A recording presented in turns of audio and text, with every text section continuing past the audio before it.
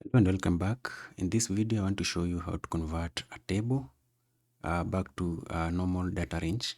So in the previous video, we created this table. I showed you how to create a table in Excel. So we want to convert this table back to a normal data range.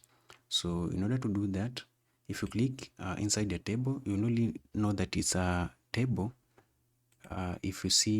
If you click inside the table and then see this table design tab, so if you click outside the table, the tab disappears. So just click inside the table that you want to convert to data range, and then you'll see under tools, convert to range. Just click on it and I'll get this warning that this data will be converted to a normal range permanently. So you click on yes, and if you click inside, you can see we don't have that table design anymore.